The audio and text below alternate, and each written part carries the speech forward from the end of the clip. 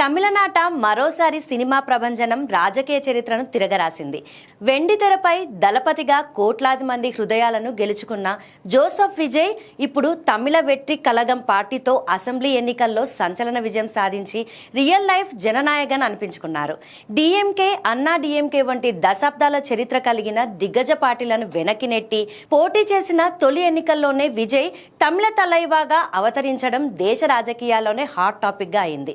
1992లో తండ్రి దర్శకత్వంలో హీరోగా ప్రయాణం మొదలుపెట్టి 34 ఏళ్ల సినీ కెరీర్లో 70కి పైగా చిత్రాలతో రికార్డును సృష్టించిన విజయ్ ప్రజల కోసం తన విలాసవంతమైన సినీ జీవితాన్ని వదులుకొని రాజకీయాల్లోకి రావడం యువతను విపరీతంగా ఆకట్టుకుంది. ఈ విజయం విజయ్కు పూలబాట ఏమీ కాలేదు. రాజకీయ ప్రయాణంలో ఆయన ఎన్నో ముళ్ళు దాటారు. ర్యాలీలో ప్రమాదాలు, సిబిఐ విచారణలు, సెన్సార్ అవాంతరాలు, చివరికి వ్యక్తిగత జీవితంలో విడాకుల వంటి సవాళ్లు ఎదురైనా ఎక్కడా వెనక్కి తగ్గలేదు. తన ఫ్యాన్ క్లబ్లను విజయ్ మక్కల్ ఇయక్కం ద్వారా సేవా సంస్థలుగా మార్చి క్షేత్రస్థాయిలో బలమైన నెట్వర్క్ నిర్మించుకోవడం ఆయనకు ప్లస్ అయింది.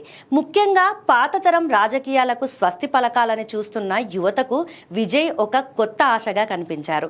అభివృద్ధి నినాదం, మహిళా సాధికారతపై ఇచ్చిన హామీలు గృహిణులను సైతం టీవీకే వైపు మొగ్గు చూపేలా చేశాయి.